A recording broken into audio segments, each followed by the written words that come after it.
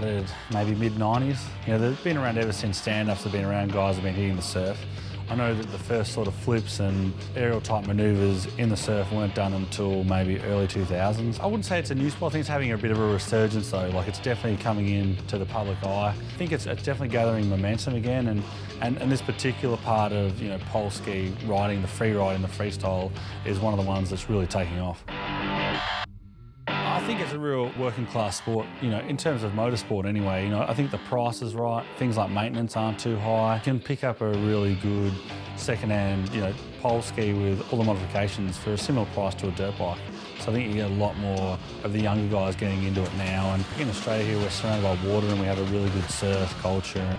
So I think that sort of has a lot to do with it as well, and the fact that, you know, the price is right on the second-hand watercraft and people can go out there and they see how much fun it is. It's a real social activity. You know, they're constantly improving in an environment that's fairly forgiving as well.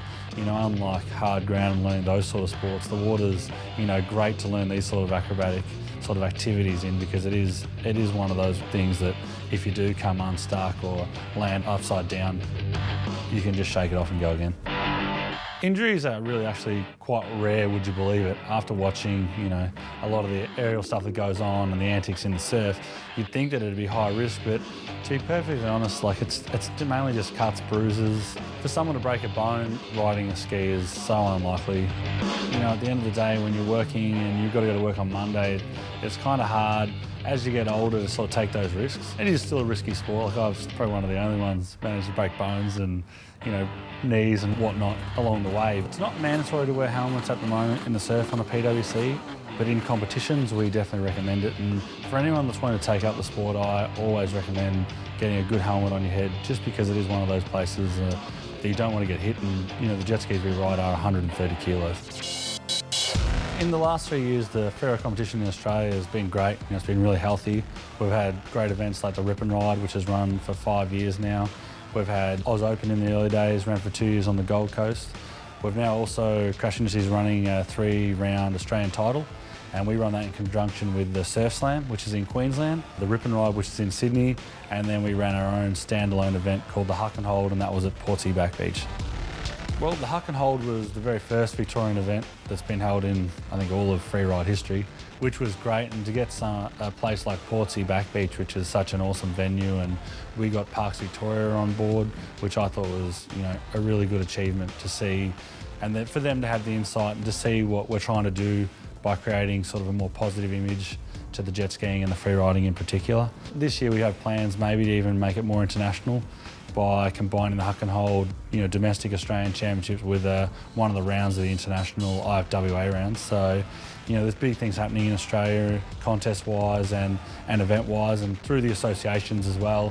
You know, it's all coming together really, really great. So, you know, there's been some steady growth there, and I think a lot of the guys are finding it's not the type of competitions that you're used to. It's just a really great day at the beach, and go out there and you go head-to-head with your mates, and at the end of the day, everyone comes away pretty healthy. You know, at most of our events now we have 2 separate areas.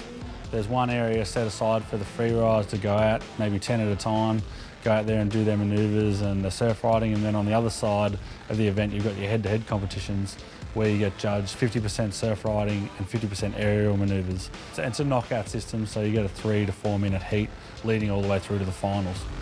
I think the competition scene and the whole industry itself has been really healthy over the last couple of years. I think some exciting things are going to come up with events, you know, potentially summer series, things like that throughout the States, maybe even incorporating, you know, WA and those sort of places. So I think if people sort of keep their eye out for what's coming up, there could be something in your local town or, you know, at least in each local state. Best place to start is go on the internet and jump on AusFreeride.com. There's a lot of guys on the forum there that are more than happy to answer any questions or help out.